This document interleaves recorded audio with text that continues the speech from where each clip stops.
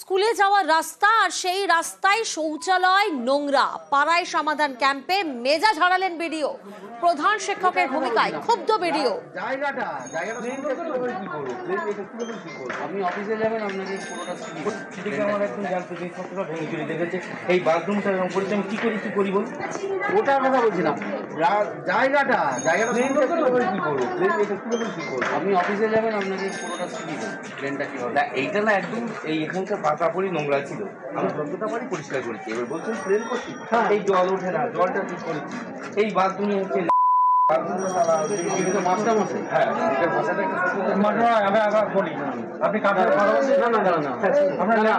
আপনার ল্যাঙ্গুয়েজটা যেটা ইউজ করলেন এটা কি ঠিক? আপনি তো একজন মাস্টারমশাই। আরে আপনি তো বললেন কি মানে কিছু নেই, মানে এখানে এটা তো পড়ি যায়। আপনি তো মাস্টারমশাই, হ্যাঁ, আপনার কাছ থেকে তো বাচ্চারা শিখবে। আপনার মুখের ভাষা এরকম কেন? আমি তো বাজে কথা বলি না। ওটা কি ভাষাটা বলি?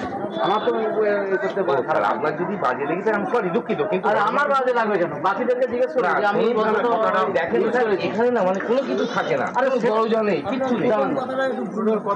আপনি যে কথাটা বললেন শব্দটা স্যার ওইটাই বুঝাইছি। আপনি বাচ্চারা তো বুঝবে না, লোকে তো বুঝবে না। আমি স্যার ওই কাজ আপনারা যখন নিজেরা আলোচনা করবেন ওই ভাষাগুলো ইউজ করেন, কিন্তু সকলের সামনে দয়া করে আপনি ঠিক আছে করবো না। প্রতিনিধি অনুপম আমাদের সঙ্গে রয়েছেন। অনুপম, বসিরহাট 2 নম্বর ব্লকের এহেন ঘটনা, কেন স্কুলের এই অবস্থা, প্রধান শিক্ষকের কি বক্তব্য?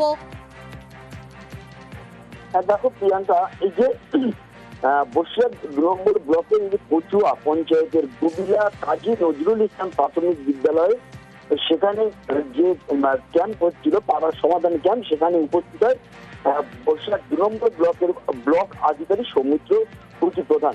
সেগুলি পেরিয়ে কিন্তু সেখানে উপস্থিত হয়েই তিনি মেজাজ হারালেন। তার কারণ সেখানে গিয়ে তিনি দেখলেন যে সেই স্কুলে যেখানে বাচ্চারা ছোট ছোট বাচ্চারা পড়াশোনা করে সেখানকার শৌচালয় থেকে শুরু করে যেখানে কল এবং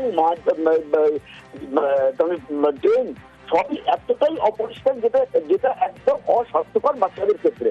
এবং সেইটা দেখার মাত্রই সেখানকার যে প্রধান শিক্ষক, তার কাছে এই ব্লক আধিকারিক তিনি প্রশ্ন করেন, কিন্তু প্রশ্ন করলে ব্লক আধিকারিক এমন ভাবে উত্তর দেয় যে তিনি কি করবেন, তিনি কি করে কিছু করতে পারবেন না এমনটাই বলেন, এবং তিনি কি করে সেটা পরিষ্কার করবেন এই উত্তরটাই তিনি দেন। তারপরেই কিন্তু মেজাজ হারান ব্লক আধিকারিক। তিনি বলেন যে সবার সামনেই বলে যে আপনি ব্লক অফিসে যাবেন, আমি শিখিয়ে দেবো যে আপনি কি করে করবেন।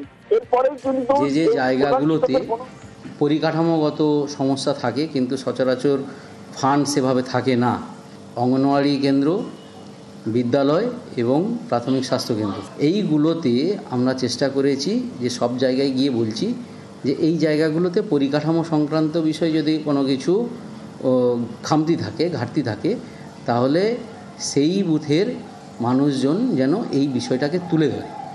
সেই হিসেবে মাস্টারমশাইকে বলা হয়েছিল যে আপনাদের স্কুলে যদি কোনো ঘাটতির বিষয় থাকে সেটা যেন তুলে ধরা হয়।